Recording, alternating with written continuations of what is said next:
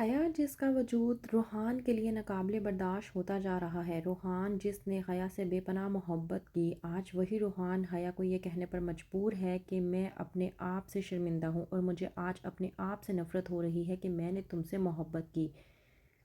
ڈرامے کے next episode میں آپ لوگ دیکھیں گے کہ مبارک مستور جو کہ حیا کو سزا سنانے کے لیے پوری طرح سے پریشان ہو چکی ہے اور مجبور ہو چکی ہے کہ وہ درخشا بیگم کو آخرکار کیا جواب دے گی۔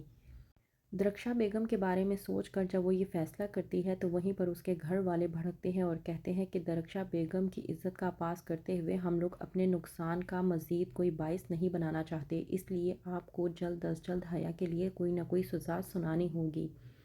سائمہ جو کہ کہتی ہے کہ آپ نے تو ارم کو سزا کے طور پر اس گھر سے نکال دیا تھا، تو حیا کو آپ اس گھر سے کیوں نہیں نکال دیتی؟ وہیں پر رفعت کہتی ہے سائمہ کو کہ تمہیں پریشان ہونے کی ضرورت نہیں ہے، امی جان جلد ہی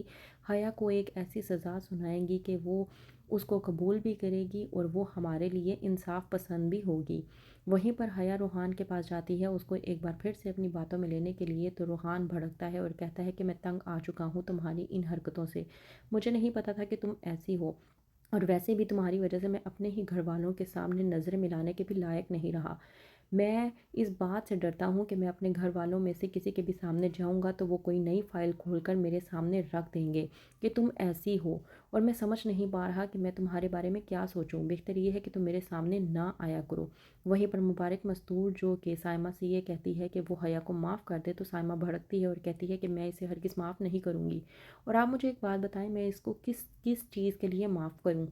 اس نے نہ صرف مجھے قتل کرنے میرا بچہ گرانے کی کوشش کی ہے، بلکہ میں آپ کو ایک بات بتا دوں کہ اس نے میرے اور زرار کے درمیان میں اختلافات پیدا کرنے کی بھی کوشش کی ہے، اور میں اسے کبھی بھی معاف نہیں کروں گی۔ مبارک مستور جو کہ پوچھتی ہے کہ اس نے تمہارے اور زرار کے درمیان میں کیا اختلافات پیدا کیے، تو وہیں پر سائمہ بتاتی ہے کہ اس نے جھوٹے میسج کے درمیان میں ہماری لڑائی کروانے کی کوشش کی، اور یہی نہیں اس نے مجھ سے یہ کہا کہ زرار دوسری شادی کرنے والے ہیں۔ اس بات پر مبارک مستور بھڑکتی ہے اور کہتی ہے زرار سے کہ مجھے ایک بات بتاؤ، اگر موبائل تمہارا ہے تو تمہارے موبائل سے حیا کیسے میسج کر سکتی ہے؟ اس بات کی وضاحت جب زرار دیتا ہے مبارک مستور کو تو مبارک مستور اور زیادہ پریشان ہو جاتی ہے۔ وہیں پر آدم آتا ہے اور مبارک مستور کو سمجھانے کی کوشش کرتا ہے، کہتا ہے کہ تمہیں خود بیٹھ کر ان تمام تر معاملات کے بارے میں سوچنا ہوگا اور غور کرنا ہوگا۔ حیا کے آنے سے پہلے ہمارا گھر کتنا خوشحال تھا، سائمہ اور رفعت آپس میں کتنے پیار سے رہتے تھے، اور اس کے آنے کے بعد ہمارے گھر میں کس طرح کے اختلافات پیدا ہو گئے، سائمہ اور زرار کے درمیان میں لڑائی جھگڑے شروع ہو گئے، آفاق اور روحان جو ایک دوسرے سے اتنی محبت کرتے تھے کہ ایک دوسرے پر اپنی جان تک چھڑکتے تھے، وہ ایک دوسرے کی شکل تک دیکھنا گوارا نہیں کرتے تھے، وہ بھی حیا کے آنے کے بعد۔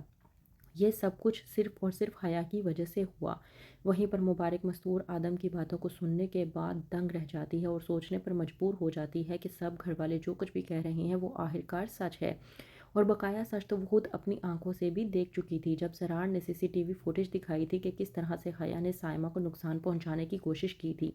اور رپورٹس کے ذریعے کہ حیا ماں نہیں بن سکتی۔ مبارک مستور یہ فیصلہ کرنے پر مجبور ہو جاتی ہے کہ درخشا بیگم کو بلوا کر حیا کے بارے میں سب کچھ بتا دیا جائے، تاکہ وہ اپنے گھر والوں کو اور گھر میں رہنے والے جتنے بھی افراد ہیں ان کو حیا سے محفوظ رکھ سکے۔ تو کیا کرے گی مبارک مستور؟ جب بلوائے گی درخشا بیگم کو اور کیا سزا سنائے گی درخشا بیگم؟ کیا درخشا بیگم بھی حیا کو اپنے گھر میں رکھنے سے انکار کر دے گی، یا پھر کر دے گا روحان حیا کو معاف؟ کیا ہوگا آگے؟ مزید جاننے کے لیے دیکھتے رہیے ڈرامہ سیریل حیا۔